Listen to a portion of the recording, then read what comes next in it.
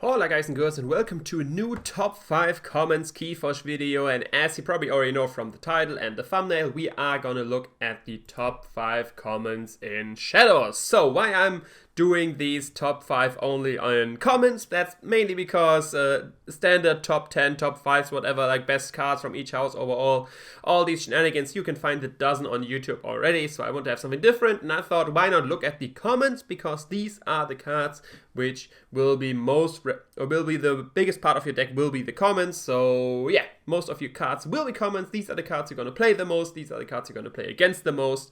So just focusing on these, I thought would be interesting, because yeah, these are just the cards you will encounter the most, and seeing what the best in each of these houses there are is of course nice.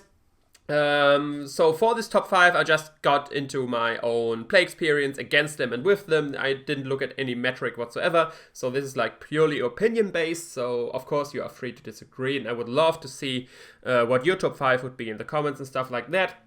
What other place you would put there and all these shenanigans. But yeah, that's enough of the intro. Now let's hop into the actual top 5. And yeah, we are looking at Shadows.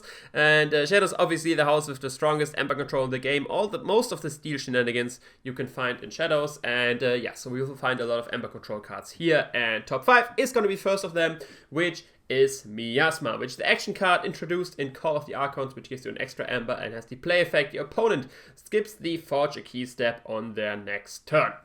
So this has, for one, the single purpose of stalling the opponent for a turn, which of course already has the benefit factor of gaining you one more turn to potentially close out the game or try to catch up. Additionally, this of course helps you to, or manages that the opponent has to stack up the Aember, or most likely, like, since they had to skip the Forge a Key turn, that means they most likely had at least 6 Aember. They are again at their own turn, and it's very unlikely that they are gonna generate 0 Aember this turn. So this is a great tool to stack the Aember for your opponent, especially if you have multiple Miasmas and you can play them in a row. And yeah, this just enables a lot of things. It enables stuff like too much to protect, obviously, and yeah, all these interdimensional graft shenanigans like this. And if the opponent has like only 7 or more, it helps as well with stuff like Ronnie, or potentially even bait and switch if you're close to 6 Aember yourself. So yeah, it's a nice, just, it gives you an Aember already. You can just, most of the time, like, this is a very situational card, and most of the game, like, this card is even your archives on your discard pile and you just play it for the Aember. This of course only really helps if your opponent is close to forging a key, or is like about to forge a key, better said. So yeah, that's why this is at number 5 spot here.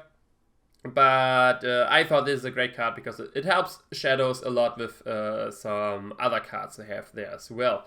So looking now at the number 4 spot, I am going to look at another action card, and once again it's another Aember control card, and this is a card I already mentioned already. This is Bait and Switch, and the Call of the Archon introduced action card with the effect: if your opponent has more Aember than you, steal 1 Aember, and if your opponent has still more Aember than you, steal another. I don't know if that is the exact effect. Like, the card you see on screen is the old one. That's the picture I found from the website.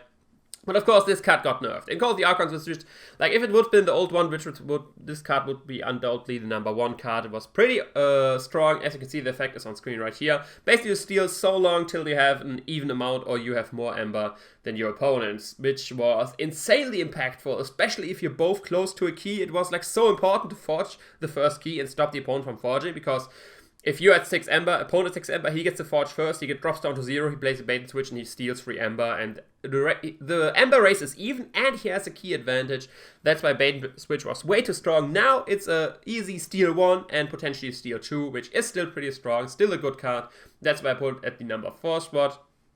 But yeah, like I said, without the nerf, if the nerf was desperately necessary, Shadows was, I mean, even after the nerf, Shadows was in Call of the Archons the strongest house in my opinion, and in the opinion of a lot of people, I think. And but yeah, seeing bait and switch nerf definitely helped at least balance it a little bit. They needed still a few sets after that, like some anti-steal cards, and Inverts Collide helped a lot with that as well, to make like Shadows not as impactful anymore as it was before.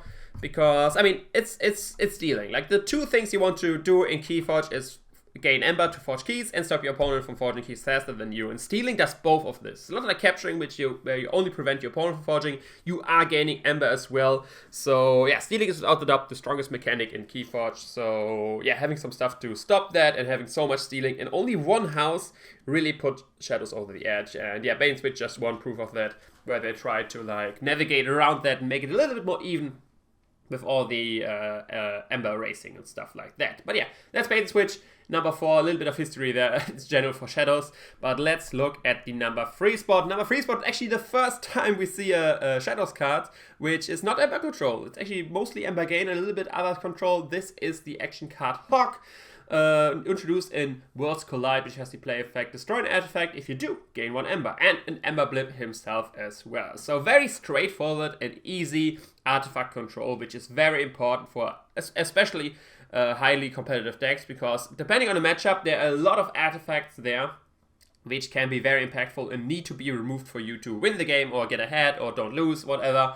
And that's where artifact control comes into play. And Hawk is, I think, one of the best artifact controls in the game, because it's simple. You just destroy it and you gain 2 Ember while doing it. The good thing of Hawk as well is you can potentially destroy an own artifact, because sometimes own artifacts hurt you yourself as well, like be it like a Quicksell Stone, you want to play more creatures, or be it a Lumpy and you want to reap, stuff like that. You can just destroy an own artifact as well and gain the 2 Ember in the process. And yeah, that's just a great effect in my opinion. Getting rid of an artifact and gaining 2 Ember while doing that, great card overall. And yeah, if you don't like this, mostly sometimes a dead card as well, since not always artifacts are going to be in play. But since it just gains you an Ember, you never complain about like having a card which just gains an Ember by playing it, getting the Ember blip on the top left corner right there. So that's why I put this card number 3. It's probably one of the, like, after Age of Ascension, there were some artifacts which definitely needed to be very impactful and need to be removed, like be the Grump Buggy or Heart of the Forest. And depending on the deck, if you don't have Ember control, these cards could just win the game versus you as well. So once this card was revealed, a lot of people were happy to see some more artifact control in Keyforge in houses which didn't have that before. And yeah, Hawk, definitely a pretty strong one at that. So now, looking at the number 2 spot, we actually, for the first time, not going to look at the action card, we are actually going to look at the creature. And the creature I'm looking at is once again Ember control, and it's one of the favorite creatures for all Shadows players, which is none other than Ronnie Ristlestocks. 2-power creature introduced in Age of Ascension LV with the play effect Steal 1. And if your opponent has 7 or more Ember, steal 2 instead. So this is basically the upgraded Urchin from Call of the Archons. If you remember, Urchin is the 1-power creature elusive, play steal 1. This is 2-power steal 1, lose the elusive, but has the potential to steal 2 instead, which is very, very strong. Like I already talked about in Bait and Switch and all the stealing effects, stealing 2 is a 4 Ember swing. It's -2 for the opponent, +2 for you. And it's very easy for the opponent to get to 7 or more Ember. Like, especially versus Shadows, like, if you're at exactly 6 Ember, Shadows has so much steal mechanics, you're most likely not going to be able to forge a key. So you're always in a predicament, okay, do I go higher than 6? So if he steals 1, I'm still at check, I can still get my key. But with that, you of course enable stuff like Ronnie, which, yeah, steal even more Ember through that. So that's why I think Ronnie is a very great card in Shadows and in Keyforge in general. And especially if you have stuff like to archive him again, to bounce him, to put him back in the deck, be it your Chemo Eclipse, be it your Hidden Run. These are all cards which like enable this effect again, which are awesome. And yeah, he's a creature at that as well. So he's not only an action card which gains to Ember, he can, like, later in the game, he can reap and stuff like that. He can like, maybe get rid of some elusive tag or like get 2 damage on something. So that's why creatures are most of the times better than action cards, especially if they have like immediate play effect. Usually the weakness of creatures is they have to like stick for a round before they can do something. But with Ronnie, you just play him and it happens, and after that you still have a body left which you can do stuff. So that's why I've put him at the number 2 spot. And now, last but not least, we are going to look at the number 1 spot. And this is, once again, another Ember control card. But I think actually this, at least in the comments, the strongest one in Shadows. And that is the action card Relentless Whispers. Introduced in Call of the Archons. Gives you an extra Ember and has the play effect deal 2 damage to a creature. If this creature damage destroys that creature, steal 1. So, this card basically has everything you want to do in a card.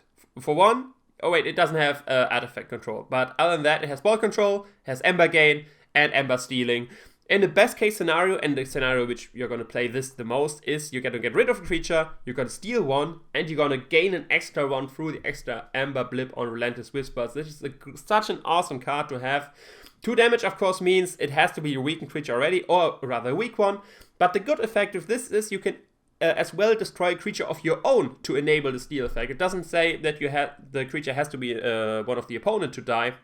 If you kill one of your own, you are able to steal one from the opponent still. And yeah, you basically gain 2 Aember, the opponent loses 1. This is a free Aember swing, and you get 2 damage to something. And a lot of the many annoying creatures, a lot of the annoying creatures are at this exact 2 damage range. And other than that, Shadows does have some tools to get some chip damage on other things before, be it with like Nerf Blast, be it with Poison Wave, stuff like that.